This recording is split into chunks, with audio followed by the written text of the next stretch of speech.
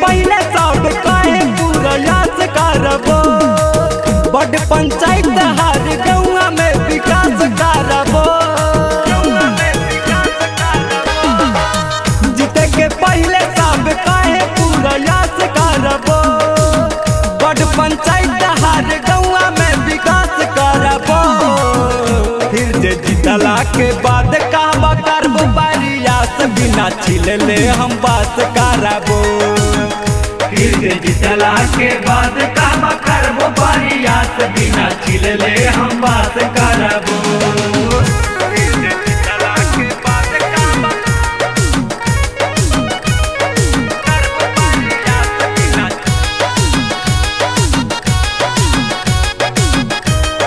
छिलले हम बात करबो। चाहे आरजेडी हो के चाहे बीजेपी, केहू तो पहिर बापी जाई के टोली। चाहे आरजेडी हो के चाहे बीजेपी, केहू तो पहिर बापी जाई के टोली।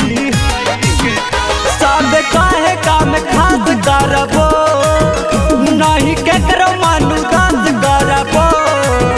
फिर जे जीतला के बाद कहबा करबो बारियास बिना छिलले हम बात करबो।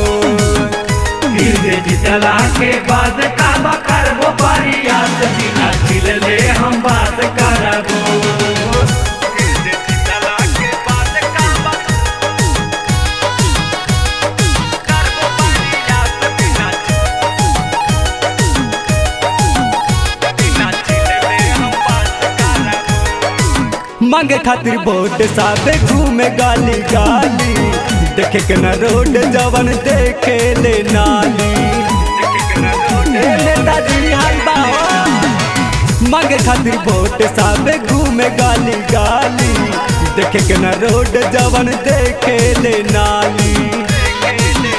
नहीं टुनटुन बर्दाश्त करतो, नहीं सरगम बर्दाश्त करतो। फिर जे जीतला के बाद कहबा करबो बारियास बिना छिलले हम बात करबो। फिर जे जीतला के बाद कहबा करबो बारियास बिना छिलले हम बात करबो।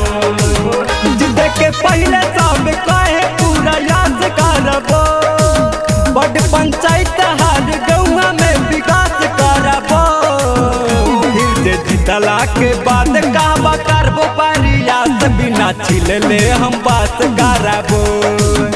फिर जे जीतला के बाद कहबा करबो बारियास बिना छिलले हम बात करबो।